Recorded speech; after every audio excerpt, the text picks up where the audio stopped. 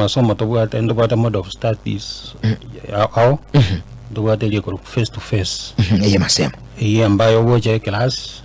watu wale contact ni lecturer yes alafu wasomi we examine waje wakona that is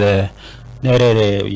universal accepted most na nere kutumika especially sana wanafunzi ba bachelors ilinche umu mwanafunzi ngoche ya masema numere daktari ikirasi manso amigo somi na we examine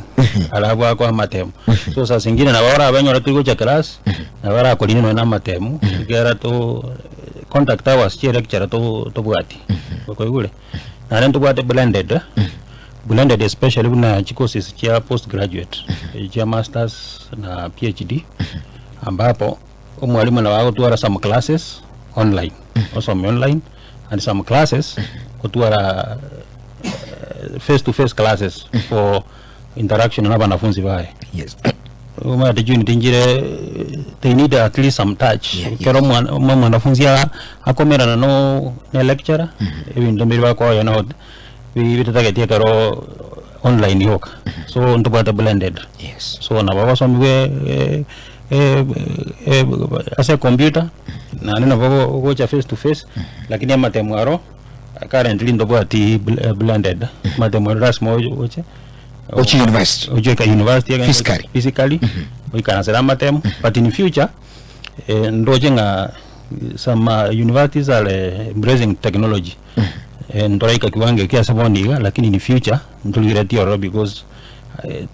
asa masomo wana technology ne rongo gendere lazima nara tu embracing matemo na wao karuni ne computer lakini asaboniga ndurachaka so ngalo karawa somire no soma blended na buwacha wasoma wako na matem physically again nduwate